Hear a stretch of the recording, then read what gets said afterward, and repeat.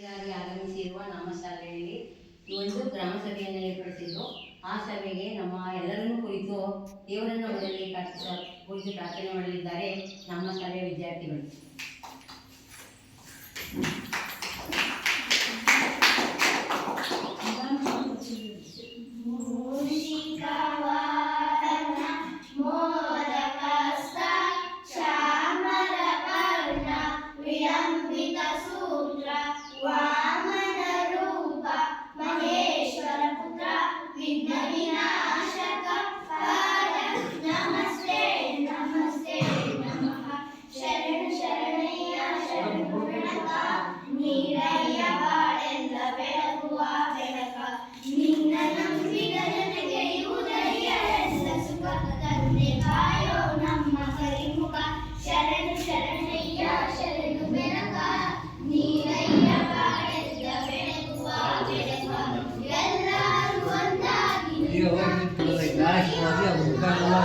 ಹೋಗಿ ಹೋಗೋ ಏನೂ ಆಗಲ್ಲ.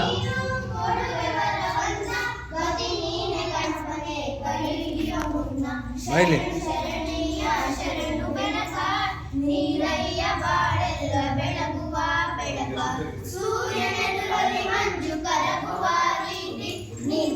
ಬೇಕಿದ್ದಾಗ ಇಲ್ಲ ಮುಕ್ಕಂಡ್ಗೆ ಅಷ್ಟ ಗೊತ್ತಾಯ್ತು. ಹಾಂ, ಎಲ್ಲ ಹಿಡಿಬೇಡ ಜಾಸ್ತಿ, ಹಂಗೆ ಈ ಕಡೆ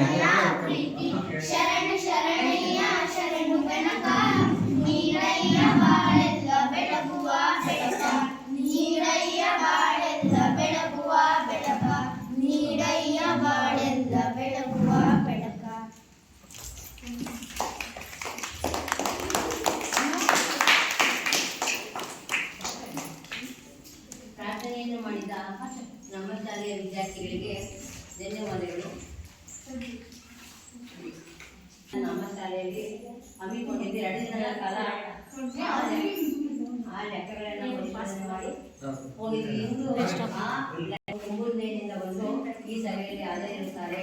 ಅವರಿಗೆ ನಮ್ಮ ನಿಮ್ಮೆಲ್ಲರ ಪರವಾಗಿ ಹೃತ್ಪೂರ್ವಕವಾದ ಸ್ವಾಗತವನ್ನು ಬಯಸ್ತಾ ಇದ್ದೀನಿ.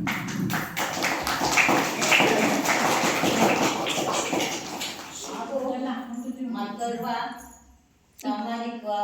ತಾಲೂಕಿನ ಸಾಮಾಜಿಕ ಲೆಕ್ಕ ಪರಿಶೋಧನಾ ಸಂಸ್ಥೆಯ ನೋಡಲಾಧಿಕಾರಿಯಾದಂತಹ ಶ್ರೀಯುತ ಶ್ರೀನಿವಾಸರನ್ನು ಅವತ್ತಿನ ಬಂದು ಎಲ್ಲವನ್ನು ಲೆಕ್ಕವನ್ನು ನೋಡಿ ಹೋಗಿದ್ರು. ಮತ್ತೆ ಇವತ್ತು ಗ್ರಾಮ ಸಭೆಯನ್ನು ಆಯೋಜನೆ ಮಾಡಬೇಕು ಅಂತ ಹೇಳೋಗಿದ್ರು. ಆ ಸಭೆಯನ್ನು ಆಯೋಜನೆ ಮಾಡಿದ್ದೇವೆ. ಅವರು ಈ ಸಭೆಗೆ ಆಗಮಿಸಿರುತ್ತಾರೆ. ಅವರಿಗೂ ಕೂಡ ನಮ್ಮ ನಿಮ್ಮೆಲ್ಲರ ಪರವಾಗಿ ಹೃತ್ಪೂರ್ವಕವಾದ ಸ್ವಾಗತವನ್ನು ಬಯಸ್ತಾ ಇದ್ದೀನಿ. ಹಾಗೂ ನಮ್ಮ ಶಾಲೆಯ SLC ಅಧ್ಯಕ್ಷೆ ಅವರಿಗೂ ಕೂಡ ನಮ್ಮ ನಿಮ್ಮೆಲ್ಲರ ಪರವಾಗಿ ಹೃತ್ಪೂರ್ವಕವಾದ ಸ್ವಾಗತವನ್ನು ಬಯಸ್ತಾ ಇದ್ದೀನಿ. ಹಾಗೂ ನಮ್ಮ ಶಾಲೆಯ TRP ಸರ್ ಅವರು ಈ ಅನಿವಾರ್ಯವಾಗಿ ಬಂದು ಈ ಸಭೆಯಲ್ಲಿ ಹಾಜರಿರುತ್ತಾರೆ. ಅವರಿಗೂ ಕೂಡ ನಮ್ಮ ನಿಮ್ಮೆಲ್ಲರ ಪರವಾಗಿ ಹೃತ್ಪೂರ್ವಕವಾದ ಸ್ವಾಗತವನ್ನು ಬಯಸ್ತಾ ಇದ್ದೀನಿ. ನಮ್ಮ ಶಾಲೆಯ ಹಿರಿಯ ಶಿಕ್ಷಕರು ಈ ವರ್ಷ ಮೇನಲ್ಲಿ ರಿಟೈರ್ಡ್ ಆದರು. ಇವತ್ತು ಭಾರತ ಕೇಳ್ಕೊಂಡಿದ್ದಕ್ಕೆ ಆಯ್ತು ಬರ್ತೀನಿ, ಏನೋ ಕೆಲಸ ಇದೆ ಹಂಗೆ ಬಂದು ಹೋಗ್ತೀನಿ ಅಂದ್ಬಿಟ್ಟು ಅನಿವಾರ್ಯ ಬಂದರು. ಅವರಿಗೂ ಕೂಡ ನಮ್ಮ ನಿಮ್ಮೆಲ್ಲರ ಪರವಾಗಿ ಹೃತ್ಪೂರ್ವಕವಾದ ಸ್ವಾಗತವನ್ನು ಬಯಸ್ತಾ ಇದ್ದೀನಿ. ಹಾಗೂ ನಮ್ಮ ಶಾಲೆಯ SDLC ಸದಸ್ಯರುಗಳು ಕೆಲವರು ಹಾಜರಿರುತ್ತಾರೆ. ಅವರು ಕೂಡ ಎಲ್ಲರೂ ಸಕಾಲದಲ್ಲಿ ಬಂದು ಈ ಸಭೆಯಲ್ಲಿ ಹಾಜರಿರುತ್ತಾರೆ. ಅವರಿಗೂ ಕೂಡ ನಮ್ಮ ನಿಮ್ಮೆಲ್ಲರ ಪರವಾಗಿ ಹೃತ್ಪೂರ್ವಕವಾದ ಸ್ವಾಗತವನ್ನು ಬಯಸ್ತಾ ಇದ್ದೀನಿ. ಹಾಗೂ ರಾಮಕೃಷ್ಣ ಸರ್ ಅವರ ಮಗ ಓದಿದ್ದು. ಅವರು ಎಲ್ಲ ಹೋಗಿದ್ರು, ಅನಿವಾರ್ಯ ಇವತ್ತು ಬಂದ್ರಂತೆ. ಕರಿಯಪ್ಪ ಹೋಗಿ ಅಂತ ಹೇಳಿಕ್ಕೆ ಆಯ್ತು ಅಂತ ಒಪ್ಕೊಂಡು ಸಂತೋಷವಾಗಿ ಬಂದಿದ್ರು, ಬಂದು ಕೂತಿರ್ತಾರೆ. ಅವರು ಕೂಡ ನಮ್ಮ ನಿಮ್ಮೆಲ್ಲರ ಪರವಾಗಿ ಹೃತ್ಪೂರ್ವಕವಾದ ಸ್ವಾಗತವನ್ನು ಬಯಸ್ತಾ ಇದ್ದೀನಿ.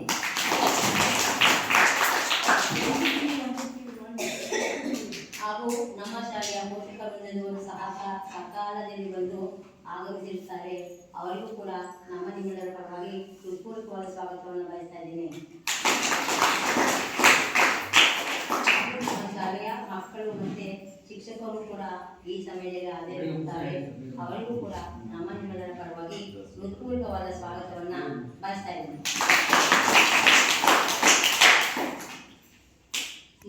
ಶ್ರೀನಿವಾಸರವರು ಈಗ ನಿಮ್ಮನ್ನೆಲ್ಲ ಉದ್ದೇಶಿಸಿ 2 ಮಾತನಾಡುತ್ತಾರೆ. ಎಲ್ಲರೂ ಮೌನವಾಗಿ ಎಲ್ಲರೂ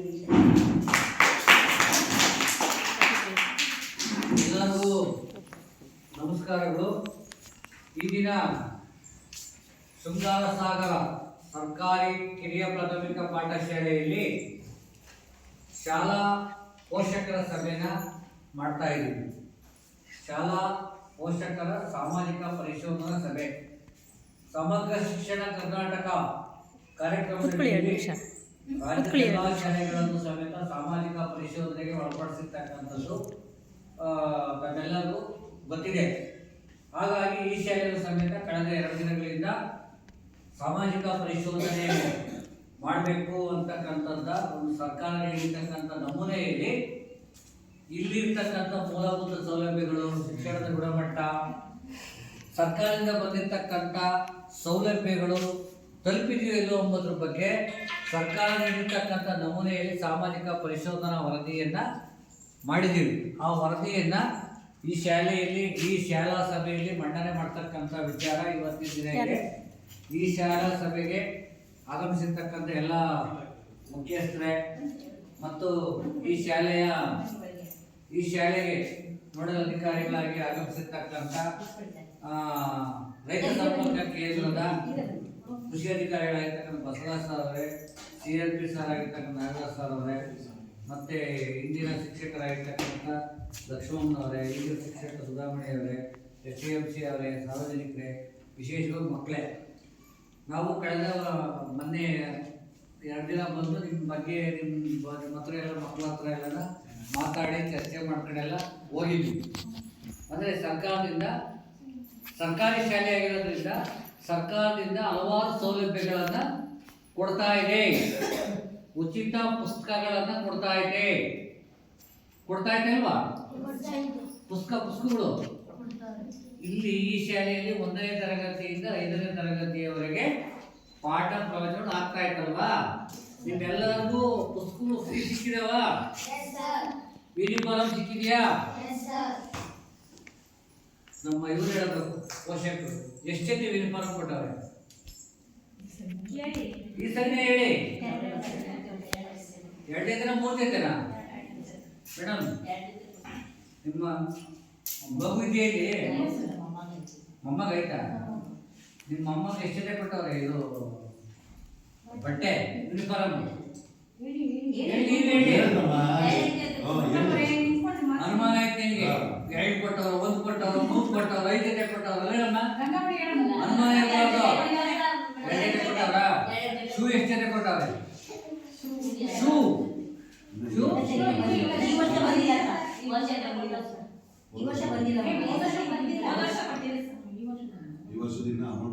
ಕೊಡ್ತಾರೆ, 1 ಜೊತೆ ಕೊಡ್ತಾರೆ, 2 ಜೊತೆ ಕೊಡೋದು.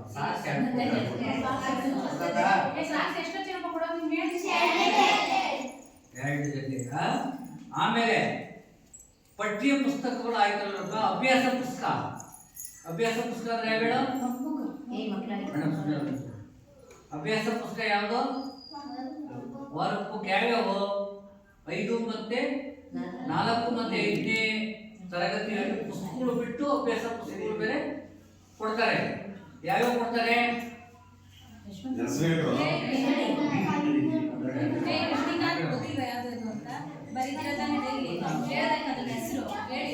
ಯಾರು ಇಂಟರ್ಫಿಯರ್ ಆಗಬೇಡಿ.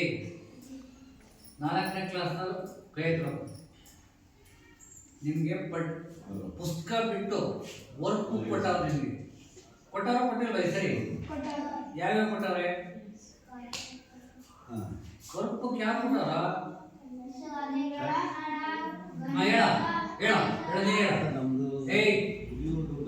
ಹೇಳ್ತದ ಅವ್ರನ್ನ ಹೇಳಪ್ಪ. ನೀನು ಕನ್ನಡ, ಗಣಿತ, ಇಂಗ್ಲಿಷ್, ಪರಿಸರ. ನೀನು 8ನೇ ಕ್ಲಾಸ್? ಇಷ್ಟು ಬಿಟ್ಟು ಬೇರೆ ಇನ್ನೇ ಬುಕ್ ಕೊಟ್ಟವ್ರೆ? ಕೊಟ್ಟಿಲ್ವಾ?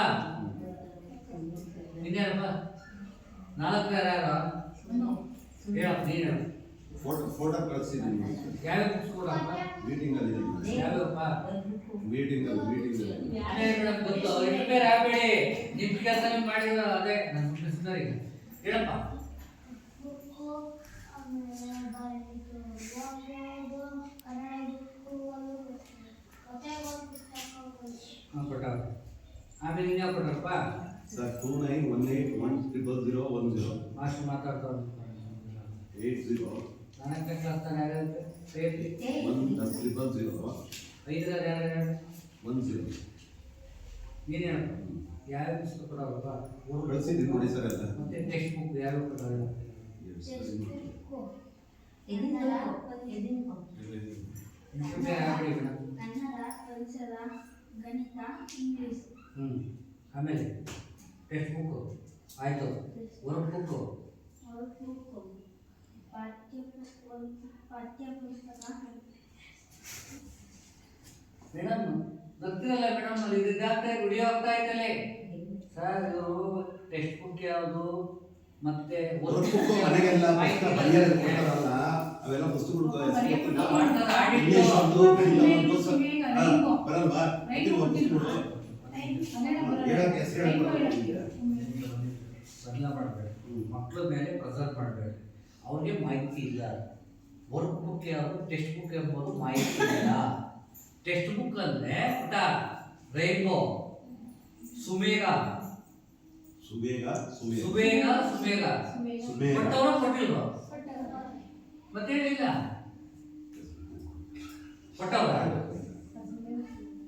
ಈಗ ನಿನಗೆ ಕೊಟ್ಟಿದ್ರೆ ಪುಸ್ತಕ ತಗೊಂಡು ಎಲ್ಲಿದೆ? ಬ್ಯಾಗಿಲ್ಲ, ಬ್ಯಾಗ್ ತಗೊಂಡು ಹೊರಡ್ಬಿಡೋದು.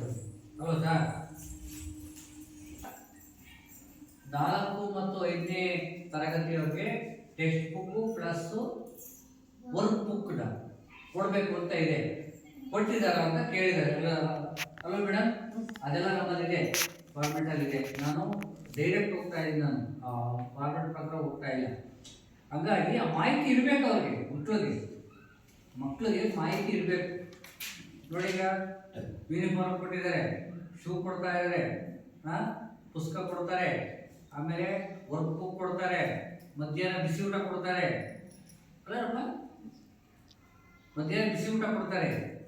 1ನೇ ತರಗತಿಯಿಂದ 5ನೇ ತರಗತಿಯವರೆಗೆ ಪ್ರತಿ ಮಗುಗೆ ಮಧ್ಯಾಹ್ನ ಎಷ್ಟು ಗ್ರಾಮ್ ಊಟ ಕೊಡಬೇಕು ಗೊತ್ತಾ? ಯಾರಾದ್ರೂ ಮಾಹಿತಿ?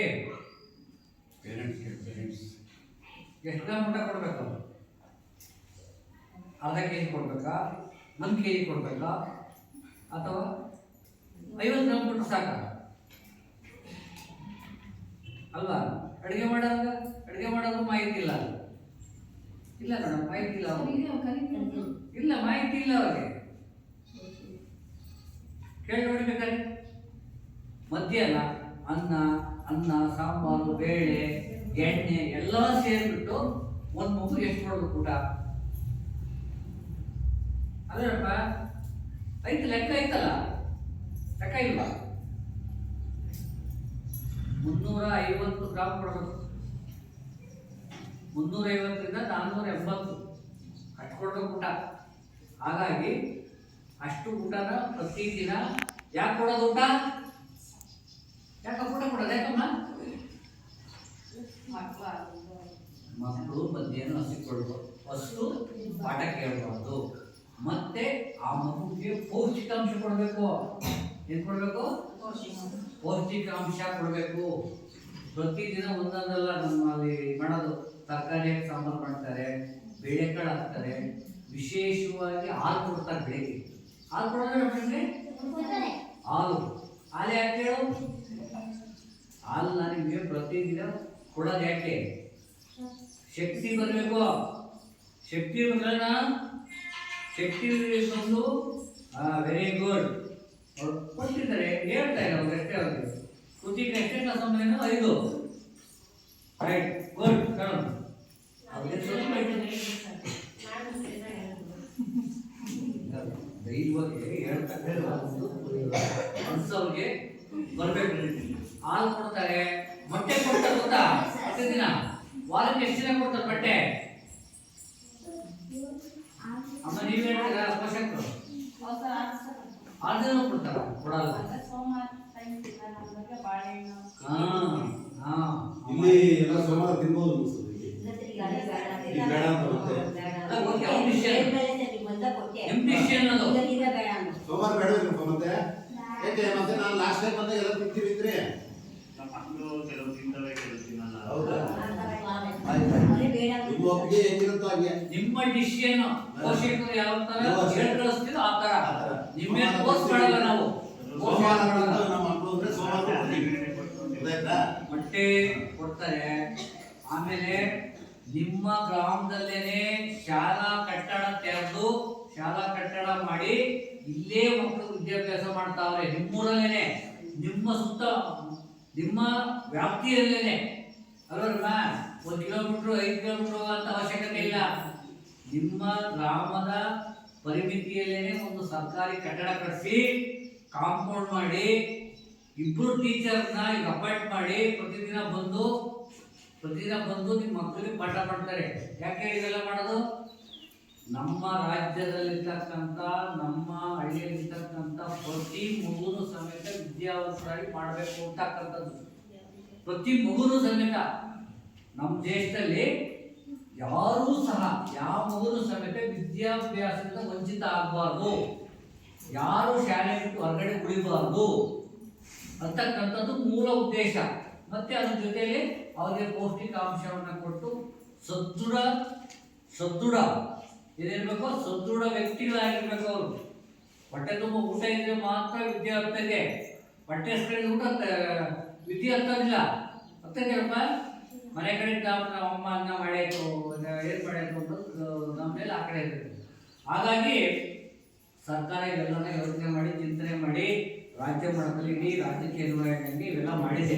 ನಿಮ್ಮೂರಲ್ಲೂ ಸಮೇತ ಎಲ್ಲ ರೀತಿಯ ಒಂದು ಫೆಸಿಲಿಟಿಯನ್ನ ಕೊಟ್ಟಿದೆ. ಹಾಗಾಗಿ ಈ ಶಾಲೆ ಬಗ್ಗೆ ನಾವು ಆಡಿಟ್ ಮಾಡಿದ್ದೀವಿ. ಇದು 1983ನೇ ಸಾಲಲ್ಲಿ ಈ ಶಾಲೆ ಪ್ರಾರಂಭ ಆಗ್ತದೆ. ಯಾವಾಗ? 83ರಲ್ಲಿ ಶಾಲೆ ಪ್ರಾರಂಭ ಆಗುತ್ತೆ. 1ನೇ ತರಗತಿಯಿಂದ 5ನೇ ತರಗತಿವರೆಗೆ ಇಲ್ಲಿ ಪಾಠ ಪ್ರವಚನಗಳನ್ನ ಮಾಡ್ತಾ ಇದ್ದಾರೆ. ಇದೆ, ಬೇರೆ ಬೇರೆ ವಿಚಾರಗಳೆಲ್ಲ ಇದೆ.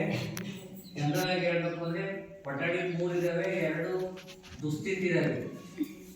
ಸುಸ್ಥಿತಿ ಅಲ್ಲ, ದುಸ್ಥಿತಿ ಇದೆ. ಅವೆರಡೂ ಪ್ರಾಬ್ಲಮ್ ಇದಾವೆ. ಅದನ್ನ ಸಂಬಂಧಪಟ್ಟಂಗೆ ಕಡೆಯಿಂದ ನೀವು ಗ್ರಾಮ ಪಂಚಾಯತಿಗೆ, ತಾಲೂಕ್ ಪಂಚಾಯತಿಗೆ ಒಂದು ಮನವಿಯನ್ನು ಮಾಡಿದರೆ ಅವರು ಕಟ್ಟಿಸ್ಕೊಳ್ತಕ್ಕಂಥ ತೀರ್ಮಾನವನ್ನು ಮಾಡ್ಬೋದು. ಅದನ್ನ ಒಂದು ವಿಚಾರ ಇದೆ. ಒಂದು ಕೊಠಡಿ ಚೆನ್ನಾಗಿದೆ, ಶೌಚಾಲಯಗಳಿದ್ದಾವೆ, ಆಟದ ಮೈದಾನ.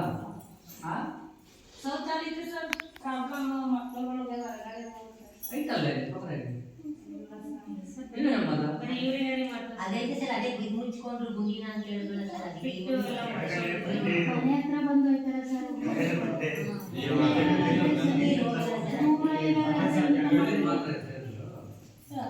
ಮನೆ ಶೌಚಾಲಯ ಮಾಡೋದು ದೊಡ್ಡದೇ, ದೊಡ್ಡ ಬಿಲ್ಡಿಂಗ್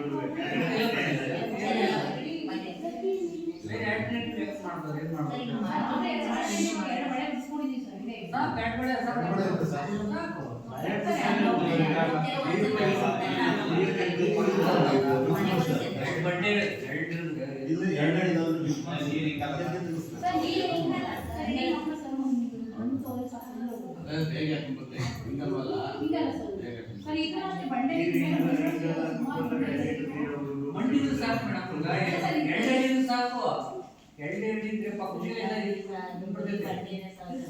ಅಲ್ಲ ಊಟಿನ ಈಗ ನಿಮ್ಮ ಮನೆಗಳಲ್ಲೆಲ್ಲ ಏನ್ ಮಾಡಿದ್ರಮ್ಮ? ಎಲ್ಲ ಮನೆಯಲ್ಲೂ ವಿಚಾರ ಇದೆ. ಆಮೇಲೆ ಆಟದ ಮೈದಾನ ಇಷ್ಟೇ ಇರೋದು, ಆ ಕಡೆ ಎಲ್ಲೂ ಇಲ್ಲ. ಈಗ ಸ್ವಲ್ಪ ಅಷ್ಟೇ ಪ್ರಾರ್ಥನೆ ಮಾಡಕ್ ಕರೀತೈತೆ. ಆಟದ ಮೈದಾನ ಇಲ್ಲ, ಶೌಚಾಲಯ ಇಲ್ಲ, ಅದೊಂದು ವಿಚಾರ ಇದೆ. ಕುಡಿಯೋ ನೀರು ನಲ್ಲಿ ನೀರ ಅಥವಾ ಫಿಲ್ಟರ್ ನೀರ ಇದೆ? ನಲ್ಲಿ ನೀರೇನು ಪ್ರಾಬ್ಲಮ್ ಆಗಿರಲಿಲ್ಲ ನೋಡಿ. ಫಿಲ್ಟರ್ ನೀರ ನೀವು ಒಂದು 5 ಲೀಟರ್ 10 ಲೀಟರ್ದು STMC ಅನುದಾನ ಅಥವಾ ಯಾವ್ದಾನ ದಾನಿಗಳಿಂದ ತರಿಸ್ತೀರಾ? 25 ಲೀಟರ್ ಪ್ರಾಬ್ಲಮ್. ಅವೆಲ್ಲ ಒಳ್ಳೆ ಮಕ್ಕಳಿಗೆ ಶುದ್ಧ ಕುಡಿಯುವ ನೀರು ಕೊಡಬೇಕು ಅಷ್ಟೇ ಮುಖ್ಯವಾಗಿ. ಗ್ರಂಥಾಲಯ ಬೇರೆ ಫೆಸಿಲಿಟೀಸ್ ಎಲ್ಲ ಇದೆ. ಅಡುಗೆ ಕೋಣೆ ಸ್ವಚ್ಛತೆ ಇಲ್ಲ. ಅಡುಗೆ ಕೋಣೆ ಹತ್ರ ಅಲ್ಲಿ ಕಾಂಪ್ಲಿಕೇಶನ್ ಇರೋ ವಿಚಾರ ಬೇರೆ, ಸ್ವಚ್ಛತೆ ಇಂಪಾರ್ಟೆಂಟ್ ಅಷ್ಟೇ. ಇವಾಗಲ್ಲ ಮೇಡಮ್, ಮೊನ್ನೆ ಅಲ್ಲೇ ಎಲ್ಲ ರಿಸರ್ಚ್ ಮಾಡಿದ್ದಾರೆ, ಅವೆಲ್ಲ ಆಗ್ಬಾರ್ದು. ನೀವು ಗ್ರಾಮಸ್ಥರು ಸಮೇತ, ನಾನು ಇದು ಶಾಲೆ ಅಂದ್ರೆ ದೇವಸ್ಥಾನ ಇದ್ದಂಗೆ, ಎಲ್ಲರಿಗೂ ಸಮೇತ ಈ ಕಡೆಗೆ ಗಮನ ಇರಬೇಕು. ಯಾರಾದ್ರೂ ಮುಂದಲ್ಲಿ ನೆಟ್ರಿಕ್ ಮುಖಾಂತಾರೆ ಅಂತಂದ್ರೆ ಅವ್ರಿಗೆ ಸ್ವಲ್ಪ ಇದು ಮಾಡ್ಬೇಕು, ಅವ್ರಿಗೆ ಹೇಳ್ಬೇಕಲ್ಲ ಮೇಡಮ್, ಎದುರಿಸ್ಬೇಕು ಅಲ್ವಾ? ಅಪ್ಲಿಕೇಶನ್ ಸಂಬಂಧಪಟ್ಟಂಗೆ ಅದನ್ನ ಪಂಚಾಯತಿಯವರು ತೀರ್ಮಾನ ಮಾಡ್ಕೊತಾರೆ, ಮೆಂಬರು ಅವ್ರ ತೀರ್ಮಾನ. ನಿಮ್ದೇನು ಇರ್ತಕ್ಕಂಥದ್ದು ಸ್ವಚ್ಛತೆಯನ್ನು ಕಾಪಾಡ್ಕೊಂಬತಕ್ಕಂಥದ್ದು ರೀತಿಯಲ್ಲಿದೆ. ಹೀಗೆಲ್ಲ ಇದೆ. ಇನ್ನೊಂದು ಸ್ವಲ್ಪ ಈ ಶಾಲೆಯ ಉತ್ತಮ ಗುಣಮಟ್ಟದಿಂದ ಸ್ವಲ್ಪ ಪ್ರಿಪೇರ್ ಆಗಬೇಕು ಮುಂದೆ ಐತೆ ಏನು ಸರ್? ನಾನು ಸ್ವಲ್ಪ ವಿದ್ಯಾಭ್ಯಾಸದಲ್ಲೂ ಅಷ್ಟೇ, ಆಮೇಲೆ ಸ್ವಚ್ಛತೆ, ಮೇಂಟೆನೆನ್ಸು, ಶಿಸ್ತು, ಇವೆಲ್ಲ ಸ್ವಲ್ಪ ಸ್ವಲ್ಪ ಪ್ರಿಪೇರ್ ಆಗಬೇಕಂತ ಐತೆ. ಇದು ನಮ್ಗೆ ಅನಿಸಿದ ವಿಚಾರ. ಇನ್ನು ಬೇರೆ ವಿಚಾರಗಳೆಲ್ಲ ಇದೆ ಸರ್, ಅಂತ ವಿಚಾರ ಇಲ್ಲ. ಪ್ರತ್ಯೇಕ ಕೊಠಡಿ ಅವೆಲ್ಲ ಬೇಕಾಗಲ್ಲ, ಪ್ರೈಮರಿಗೆ ಬೇಕಾಗಲ್ಲ. ಪ್ರಥಮ ಚಿಕಿತ್ಸೆಗೆ ಸಪ್ರೇಟ್ ಇರಬೇಕು ಅಂತ ಹೇಳ್ತಾರೆ ಕೊಠಡಿ. ನಮ್ಮ ಸಮಗ್ರ ಶಿಕ್ಷಣದ ಪ್ರಥಮ ಚಿಕಿತ್ಸೆಗೆ ಫಸ್ಟ್ ಏಡ್ ಬಾಕ್ಸ್ ಇಟ್ಕೊಂಡು ಇರಬೇಕು ನೋಡಿ. ಶಾಲೆಯಲ್ಲಿ ಅವಶ್ಯಕ ಔಷಧಿಗಳು ಮತ್ತು ಪ್ರಥಮ ಚಿಕಿತ್ಸಾ ಪೆಟ್ಟಿಗೆ ಹೊಂದಿರುವ ವೈದ್ಯಕೀಯ ಕೊಠಡಿ ಇದೆಯೇ ಇದು ಅಂತ ಕೇಳ್ತಾರೆ. ಅದು ಸಾಕ, ಎಲ್ಲೂ ಇಲ್ಲ, ಒಂದು ಕಡೆ ಇಲ್ಲ, ಒಂದು ಕಡೆ ವ್ಯವಸ್ಥೆ ಮಾಡ್ಕೊಂಡಿರ್ಬೇಕಾಗುತ್ತೆ. ಅದು ಇರಬೇಕು ಅಂತ ನಿಯಮ. ಇಷ್ಟು ಇದೆ ನಮ್ಮ ವಿಚಾರ. ಇನ್ನು BO ಒಂದ್ಸರಿ ಭೇಟಿ ಕೊಟ್ಟವ್ರೆ, ಅವಾಗ ಕಟ್ಟಲು 9 ಸರಿ ಕೊಟ್ಟಿದ್ದಾರೆ. STMC ಇಲ್ಲಿ ಸಭೆ ಹಾಗೇ ಇಲ್ಲ. ಎಷ್ಟಾಗಿದೆ STMC? ಇಲ್ಲ ಮಾಡಿಲ್ಲ, ಹಾಗೆ ಇಲ್ಲ. STMC ಸದಸ್ಯರಲ್ಲಿ ಶೇಕಡ 50% ಸದಸ್ಯ ಶಾಲೆಯಲ್ಲಿ ಕೆಲಸ ಮಾಡಿದ್ರು ಮಕ್ಕಳ ಪೋಷಕರಿದ್ದಾರೆ. ಎಷ್ಟು ಜನ ಅಂತ ಹೇಳಿಲ್ಲ. STMC ಸದಸ್ಯರಲ್ಲಿ ಅರ್ಧದಷ್ಟು ಮಹಿಳೆಯರಿದ್ದಾರೆ, ಹೌದು. ಎಷ್ಟು ಜನ ಇದ್ದಾರೆ ಅಂತ ಹೇಳಿಲ್ಲ. ಪ್ರತಿ ತಿಂಗಳು STM ಸಭೆಗಳು ನಡೆಯುತ್ತವೆ, ಹೌದು. ಸಂಖ್ಯೆ ಹೇಳಬೇಕು. ಇವೆಲ್ಲ ಹಾಕ್ಕೊಡ್ಸ್ಕೊಳ್ಳೋಣ, ಇವೆಲ್ಲ ಹಾಕ್ಸ್ಕೊಂಡ್ರೆ ಮೇಡಮ್ ನೋಡಿದ್ದಿಲ್ಲ, ಇವೆಲ್ಲ ಹಾಕ್ಸ್ಕೊಳ್ಳೋಣ, ಸಂಖ್ಯೆ ಬೇಕು, ಅವೆಲ್ಲ ಹಾಕ್ಕೊಳ್ಳಿ. ಇಷ್ಟಿದೆ ಶಾಲೆ ಬಗ್ಗೆ. ಹೆಚ್ಚಿನ ವಿಚಾರ ಇದೆ, ಸಾಕಾಗ್ಬೋದು. ಮಕ್ಕಳು ಸಹ ಇದ್ದಾರೆ, ಆಕ್ಟಿವ್ ಇದ್ದಾರೆ. ಸ್ವಲ್ಪ ಅವ್ರಿಗೆ ಏನೋ ಸ್ವಲ್ಪ ಪ್ರಾಬ್ಲಮ್ ಅಂದ್ರೆ ಕಮ್ಯುನಿಕೇಶನ್ ಅಥವಾ ಏನೋ ಒಂದಿಷ್ಟು ಅವ್ರಿಗೆ ಬೇಕು ಅನ್ನಿಸ್ತಾ ಇತ್ತು. ನಾವು ಕಲಿಸ್ತಕ್ಕಂಥದ್ದು ಬೇಕು, ಶಿಸ್ತು ಇವೆಲ್ಲ ಅಲ್ಲ ಮೇಡಮ್, ಗಮನಿಸ್ತೀವಿ ನಾವೆಲ್ಲ, ಗೊತ್ತಾಗತ್ತೆ. ಅವ್ರಿಗೆ ಇನ್ನೊಂದು ಸ್ವಲ್ಪ ಒಳ್ಳೆ, ಇನ್ನೊಂದು ಸ್ವಲ್ಪ ಸ್ಟ್ರಾಂಗ್ ಆದರೂ ಟೀಚರ್ ಬೇಕು ಅನಿಸ್ತಾ ಇತ್ತು. ಸ್ಟ್ರಾಂಗ್ ಟೀಚರ್ ಬೇಕು. ನೀವಾಗ ಸ್ಟ್ರಾಂಗ್ ಆಗಿರಿ, ಮೇಡಮ್ ಸ್ವಲ್ಪ ಸ್ಟ್ರಾಂಗ್ ಇಲ್ಲ. ನಾನು ಸ್ಟ್ರಾಂಗ್ ಬೇಕು, ಅವ್ರು ಶಿಸ್ತು ಕಲ್ಸಕ್ಕೆ ಸ್ಟ್ರಾಂಗ್ ಹೊಡೆಯತ್ತಲ್ಲಮ್ಮ, ಒಳ್ಳೆಗಿರ್ಬೇಕು. ನಮ್ಗೆ ಯಾಕಪ್ಪ ನಾವು ಬಂದಿರೋದೇ ಇಲ್ಲ, ಅನ್ಕೋಬಾರ್ದು. ಟೀಚರ್ ನೀವು ಸ್ಟ್ರಾಂಗ್ ಆಗಿದ್ರಿ ಮೇಡಮ್, ಗೊತ್ತಿದೆ. ಇಲ್ಲ, ಅವ್ರು ಸ್ಟ್ರಾಂಗ್ ಇಲ್ಲ ಮೇಡಮ್, ಸ್ಟ್ರಾಂಗ್ ಇಲ್ಲ. ಹಂಗಾಗಿ ಸ್ವಲ್ಪ ವೀಕ್ ಅನಿಸ್ತಾ ಐತೆ. ಸ್ವಲ್ಪ ಸ್ಟ್ರಾಂಗ್ ಆಗಿ ಮಕ್ಕಳು ಒಳ್ಳೆ ಆಕ್ಟಿವ್ ಆಗಿದ್ದಾರೆ. ಚೆನ್ನಾಗಿ ಓದ್ರಪ್ಪ ಎಲ್ಲ ಮಕ್ಕಳು. ಓದ್ತೀರ ಚೆನ್ನಾಗೆ? ಓದ್ತೀರಪ್ಪ? ನೀವು ಓದಲ್ಲ, ಚೆನ್ನಾಗಿ ಓದ್ತೀರಾ? ಅಟ್ಲೀಸ್ಟ್ ಚೆನ್ನಾಗಿ ಓದ್ತೀರಾ? ನೀವು ಓದ್ತೀನಾ? ಚೆನ್ನಾಗಿ ಓದ್ತೀನಾ? ಓದ್ತೀಯಾ? ಚೆನ್ನಾಗಿ ಓದ್ಬೇಕು ಮಕ್ಕಳೆಲ್ಲ. ಶಾಲೆ ಚೆನ್ನಾಗಿದೆ, ಬಿಲ್ಡಿಂಗ್ ಇದೆ, ಸ್ವಲ್ಪ ಇದೆ, ಅವ್ರನ್ನ